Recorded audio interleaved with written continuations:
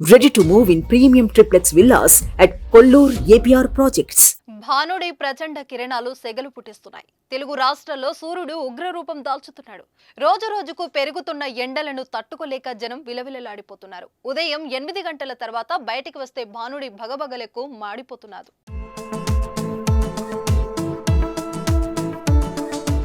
ఇటు ఏపీ అటు తెలంగాణలో అత్యధిక ఉష్ణోగ్రతలు నమోదవుతున్నాయి. ఎండ తీవ్రతకు తోడు వేడిగాలులు వీస్తుండటంతో ప్రజలు బయటికి రావడానికే భయపడిపోతున్నారు.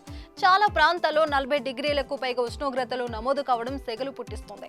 తెలంగాణలో ఉష్ణోగ్రతలు 44 డిగ్రీల సెల్సియస్ కు చేరే అవకాశం ఉందని హైదరాబాద్ వాతావరణ కేంద్రం హెచ్చరించింది.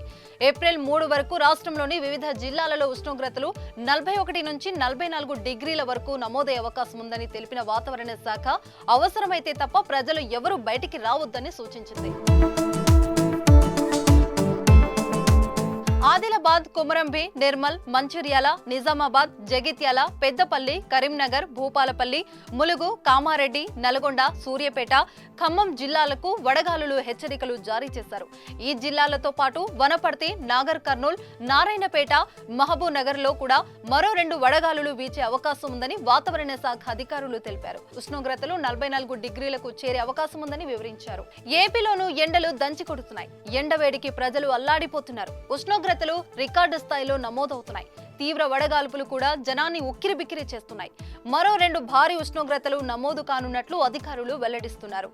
నెల్లూరు, కావలి, తుని, అనంతపురం, కర్నూలు, మచిలీపట్నం, ఒంగోలు, నంద్యాల, అన్నమయ్య జిల్లా ఆరోగ్యవరంతో పాటు పలు ప్రాంతాల్లో సోమవారం సాధారణ ఉష్ణోగ్రతల కంటే 2 నుంచి 3 డిగ్రీలు అధికంగా నమోదయ్యాయి. రాష్ట్రంలోనే అత్యధికంగా నంద్యాల జిల్లా పాణ్యంలో 43.7, కర్నూలు జిల్లా నందికొట్కూర్ గ్రామ మండలాల్లో 43.3, తిరుపతి జిల్లా గూడూరులో 42.3 డిగ్రీల ఉష్ణోగ్రతలు నమోదయ్యాయి.